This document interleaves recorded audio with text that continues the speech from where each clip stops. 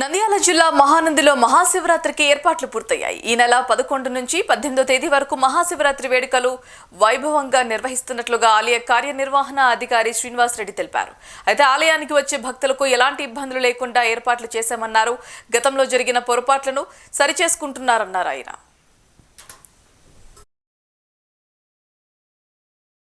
శ్రీ మహానందీశ్వర స్వామివారి దేవస్థానం నందు 2026 వార్షిక మహాశివరాత్రి బ్రహ్మోత్సవాల సందర్భంగా ఈ రోజు దేవస్థానం అనేది 11వ తారీఖు నుండి ఈ బ్రహ్మోత్సవాలు ప్రారంభమవుతాయి.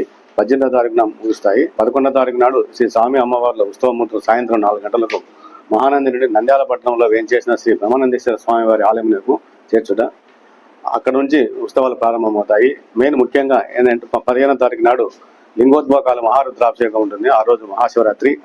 16వ తారీఖు నాడు శేషవాహన గ్రామోత్సవం ఉంటుంది.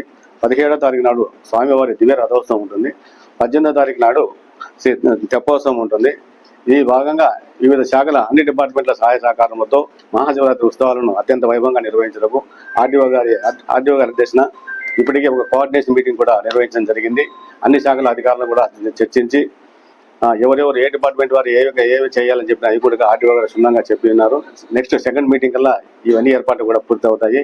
ఇప్పటికే దాదాపు మన పార్కింగ్ స్థలం కూడా ఇప్పుడు పెంచాం.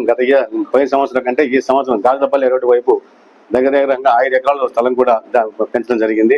ఇప్పుడు రోడ్డు బాగుంది కాబట్టి ఎక్కువ గాలపల్లి వైపు వస్తారని చెప్పి ఎస్ఐ గారు చెప్పడం జరిగింది. దానికి తగ్గట్టుగానే ఈసారి వాహనాలకు ఇబ్బంది లేకుండా పార్కింగ్ కూడా తయారు చేశాము.